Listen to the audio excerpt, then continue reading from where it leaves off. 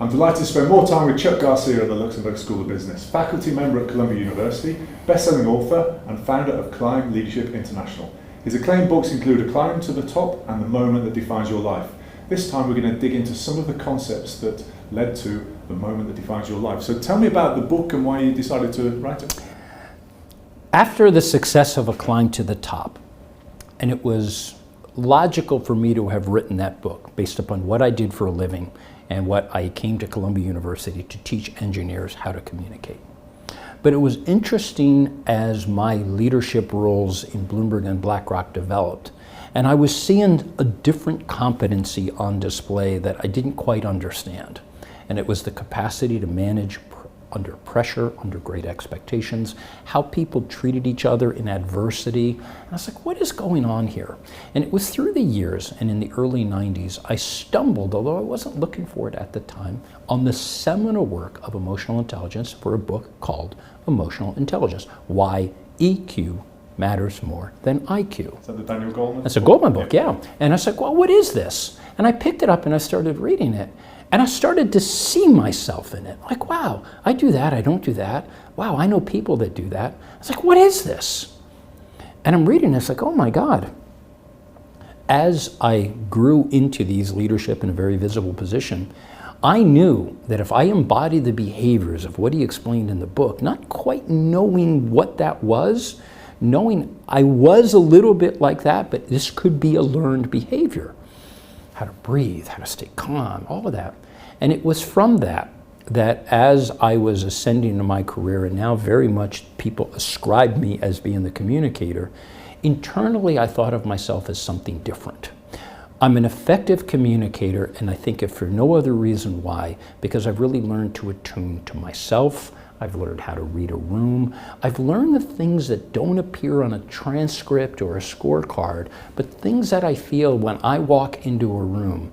I know how to command it. I know how to shut up and not be a part of it. I just learned how to navigate this unpredictability of emotions that are around me. Now I'm onto something. So at Columbia University, when they reached out to me and they asked me to start a program called Professional Development in Leadership, it was born out of an embarrassing moment from my dean, who said to me many years ago, she read to me some of the feedback from the interviews that our graduate engineering students did with Amazon and Google. It was embarrassing. He didn't look me in the eye. He stumbled on his words. It was a bad handshake. It was one thing after another.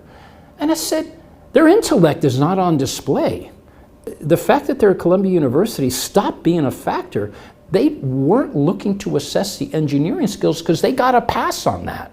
What they didn't get a pass on was how they showed up, how they operated under the weight of that kind of pressure.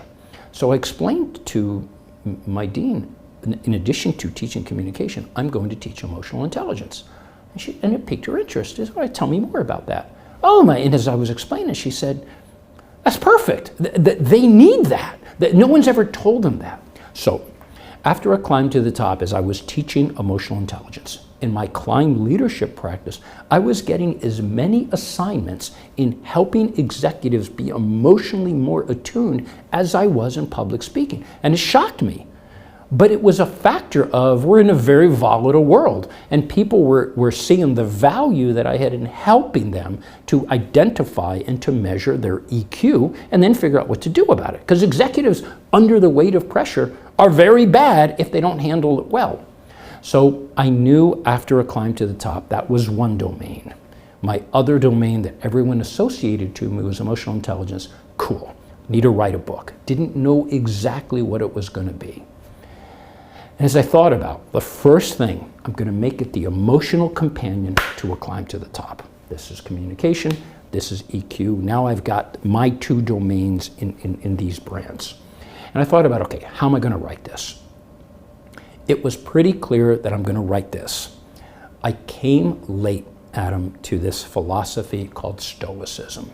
It was in my journey on mountaineering that I read Marcus Aurelius' Meditations. And I said, oh my God, how did I miss this one?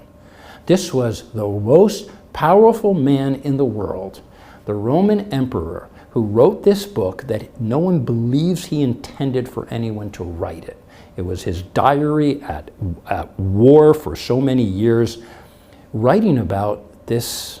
It was emotional intelligence in a modern context, but it was talking about the philosophy of Stoicism. And he talked about where he learned those lessons from a Greek guy named Epictetus, who was a teacher of this philosophy, teaching people not to be indifferent, but to stay calm, to recognize what you have control, and knowing I can control what I'm doing right now, nothing else. Adam, I live in a world of people that want to control the weather, they want to control their spouses, their children, their cars, the traffic, and they go crazy when they can't control them. So they burn an enormous amount of psychic energy over something that they have no control over, and yet they keep doing it. So I said, this is the book I'm going to write. If I can combine the modern social science of emotional intelligence, which is a metric, there are 4 domains to EQ, and they can be measured. So to my chief financial officers and my engineers, they are numbers people. If you can't put a number to something, it must not have any meaning. Okay, get that. But I needed to bring in, as I learned the practice of Stoic philosophy, of calming myself down, that every time you and I are in interaction, that you say something that just pisses me off, before I open up my mouth and get me into trouble, the Stoic philosopher in me talks to myself and say, okay, take a second, get a grasp of what's happening here, and before I blame you, before making me mad, wait a minute. And this is an intention of behavior where now I can begin to very quickly reflect, let me assess this quickly. The brain is wired to survive, which is why anytime that there's a threat, we get very, very reactive. Somewhere in that Stoic philosophy, some Greek guy figured out, it doesn't always have to be. You're not always going to be eaten by a tiger in a jungle. So calm down. So there were a lot of books on emotional intelligence when I thought about what I'm going to write about. There were a lot of books on Stoicism. I couldn't find anything that combined them. I kept Googling, I kept looking. I was shocked. This was an opportunity. My goodness, this is screaming at me. Write the book that combines both. When I started putting it out to my network, my friends, my professional work, hey guys, I'm thinking about writing a book and here's what I'm writing about. And they said, oh my God, that's so you, Chuck. Of course you're going to write it. Well, I said, I don't want to, I needed to write a little bit about me and my journey so I could teach the reader something.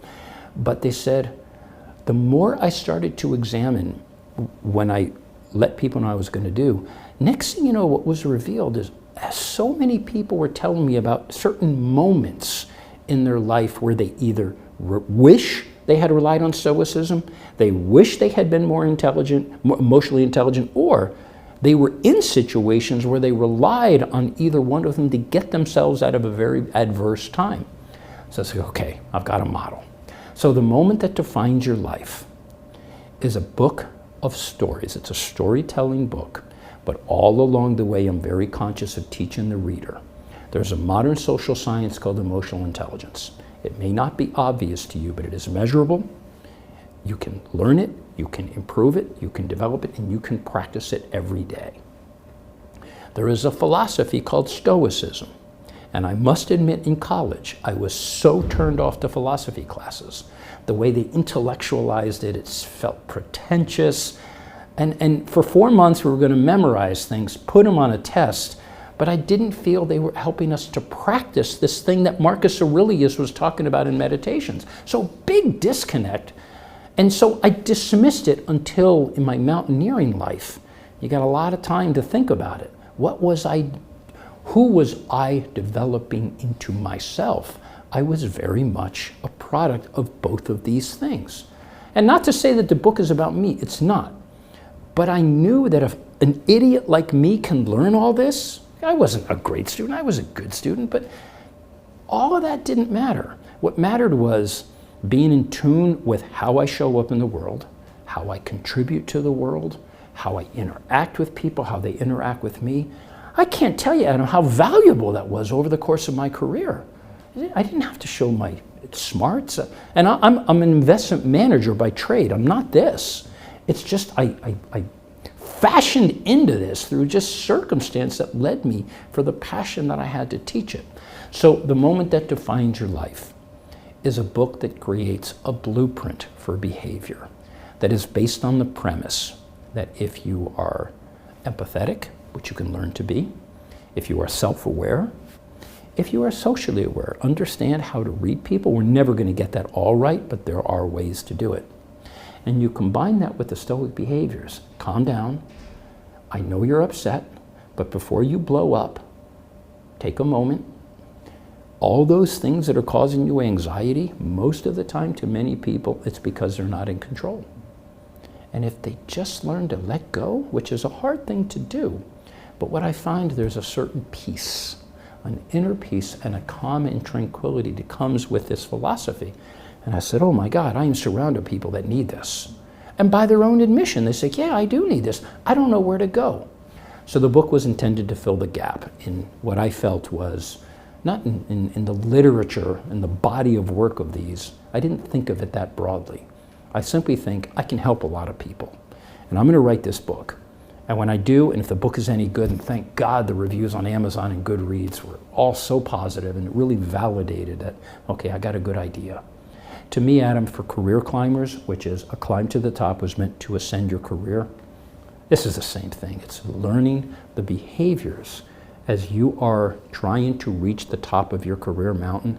There is so much more at stake and so much more that is visible beyond your intellect, your behaviors. And this book helps you to treat these behaviors and communication with the same rigor and discipline that you would if you were an engineer. Yeah, so interesting you talked through that. When I was starting my career, I was asking people what books to read, and they were saying, read a 10-day MBA and all these sort of things. You can learn to read a financial statement really quickly.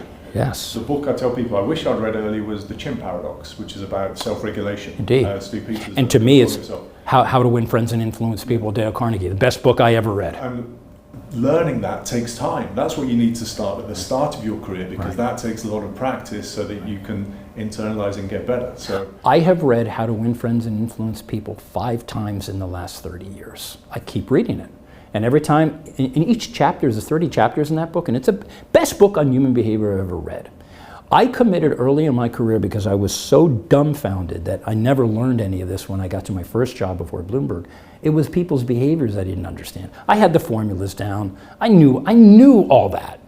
But I didn't know in any given minute when someone's yelling and screaming at me, why are you behaving that way? I didn't know people were so emotionally driven. It had nothing to do with intellect, and school was all intellect.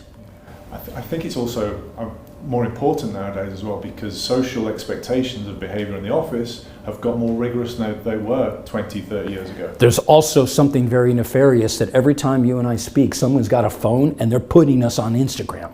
You don't want to be on a headline.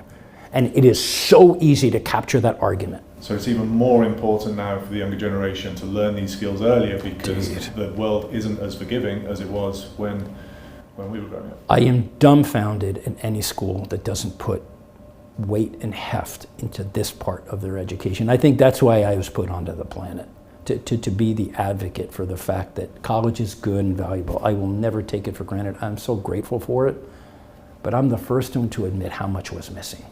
So in my Columbia classes, I am trying to help them understand, if I could go back and be you, this is what, keep doing what you're doing. I'm simply adding to the body of your education. This is what I wish someone had taught me. I was too ignorant to know. I didn't know this mattered. Well, we are really glad you were put on the planet, and we're really glad that you came to the Luxembourg School. I am delighted to be here. If someone was to read one of your books, which order should they read them in? A Climb to the Top, because the one thing we have in common is when you wake up in the morning, you're going to say good morning to someone, they're going to say good morning back. Learn how to do that. So if you just get that right, I think The Moment That Defines Your Life, there is an emotional component to it. I think as we mature, we become more and more emotionally invested in ourselves, in our family. So if you get the communication right early, you start learning that framework, recognize that you are going to be walking into so much uncertainty, so much unpredictability, and people that don't think like you. They don't act like you. They are not you. We need to understand that, not work against it, but have the tools to recognize how do we best work with things and people we don't understand. that's what the moment that defines your life is meant to do. Fascinating. Thank you very much for coming in. Pleasure I'm looking forward in 20 years' time, someone will be sat there saying that they read A Climb to the Top at the moment they changed their life 5 times each. I appreciate that. Thank you very much. Thank you, Adam. It was a pleasure.